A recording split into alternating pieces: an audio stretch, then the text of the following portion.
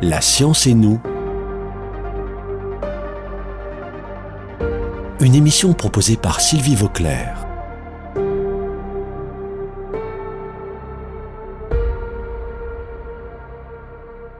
Je suis aujourd'hui avec une collègue professeure de psychologie interculturelle à l'ICHTE, qui est l'Institut universitaire de Lisbonne, Mélanie Vauclair.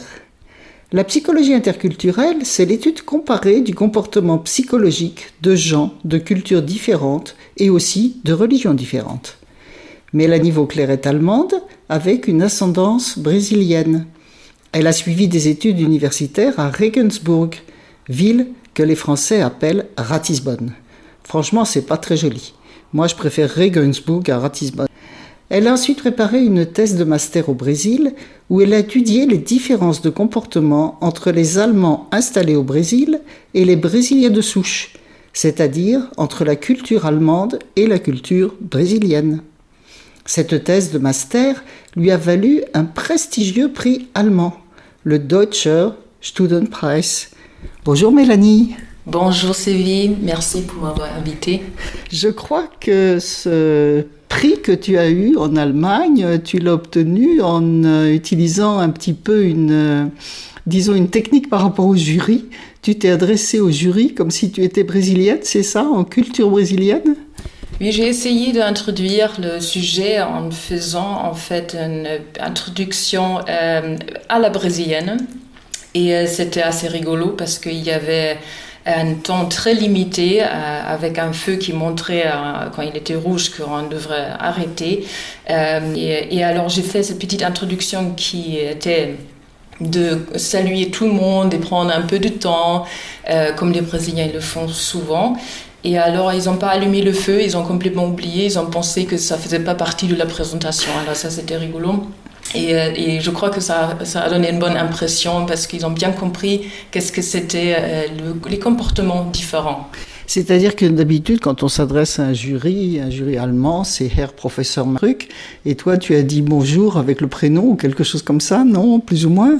Pas tout à fait, pas vraiment les prénoms, mais j'ai pris beaucoup de temps, surtout. Et les Brésiliens, après mon expérience et aussi le résultat de ma thèse, ils aiment bien ça, d'élaborer, de saluer, de donner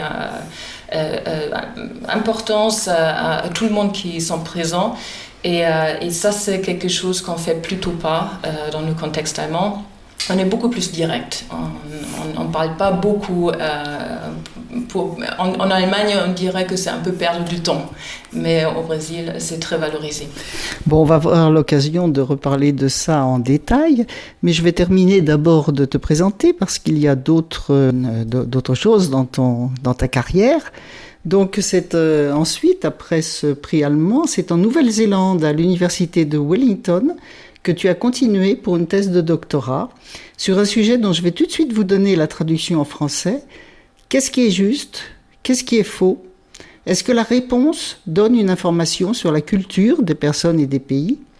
Il s'agit d'une étude de la culture et de la moralité à partir de l'analyse du concept de valeur morale. C'est un sujet qui m'interpelle beaucoup. Pour mieux comprendre l'humanité face au cosmos, il y a deux aspects complémentaires, l'étude du cosmos et l'étude du fonctionnement humain. Mélanie, tu es allemande, brésilienne et portugaise. Et tu parles couramment anglais et français, comme les gens ont déjà pu s'en rendre compte. Tu es une vraie citoyenne du monde. Nous allons aujourd'hui donc revenir sur ton travail de thèse de master. Tu vas nous expliquer un petit peu plus ce que tu as fait avec les Allemands installés au Brésil. D'abord, il y a beaucoup d'Allemands installés au Brésil, c'est donc un sujet important. Oui, il y a beaucoup d'Allemands qui sont installés au Brésil, surtout dans la capitale économique de São Paulo.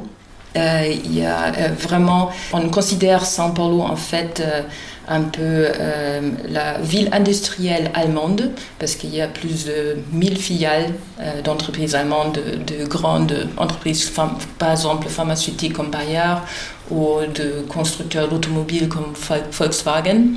Et alors c'est une ville vraiment très très importante pour l'Allemagne. Et donc il y a beaucoup d'expatriés aussi qui vont pour quelques années pour travailler, pour collaborer avec les Brésiliens et qui se retrouvent des fois dans des situations qu'ils ne comprennent pas tout à fait parce que le comportement du Brésilien au travail est des fois différent. Donc ça conduit à des malentendus, ça peut conduire à des problèmes dans les entreprises? Tout à fait. Des malentendus, c'était ce que je trouvais le plus intéressant parce que les malentendus, ils peuvent nous donner beaucoup d'informations sur des différences culturelles.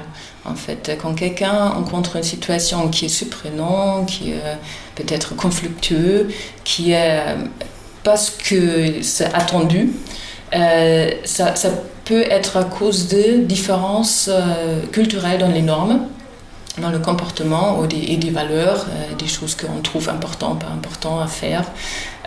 Et donc c'est ça que je voulais analyser, savoir plus. Et tu as donc écrit ensuite une thèse et un livre sur le sujet pour expliquer justement cette différence de comportement et comment on peut modifier ça? Tout à fait. Alors le but final vraiment de ce travail, c'était pas seulement comprendre, mais aussi faire quelque chose avec. Et alors dans le processus de la recherche, on a trouvé plus que 200 situations différentes. Alors il y avait énormément de matériel. Et ces situations qu'on a recueillies, ça s'appelle des incidents critiques. Incidents critiques, c'est quoi exactement?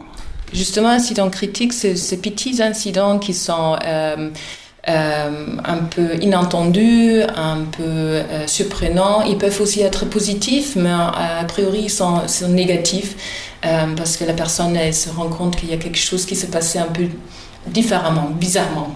Est-ce que tu peux nous donner un exemple ou une situation? Oui, un exemple très commun que j'ai entendu aussi des gens que j'ai interviewés, c'était par exemple la ponctualité qui est très valorisée en Allemagne. Et alors c'est quelque chose qui est géré d'une manière beaucoup plus flexible au Brésil. Qui d'ailleurs fait tout à fait sens parce que surtout dans une ville comme le São Paulo, et c'est très difficile de contrôler les choses, contrôler le temps. C'est-à-dire, quand il pleut, par exemple, le trafic, c'est complètement bouché et on prend beaucoup plus de temps d'arriver de A à B. Et alors, le temps, c'est quelque chose qu'on n'a pas tout à fait sous son contrôle. Alors, c'est accepté, c'est normal qu'on traite le temps d'une manière beaucoup plus flexible. Mais c'est quand même un petit peu difficile d'avoir des réunions, par exemple, dans des entreprises et que les gens arrivent un petit peu n'importe quand.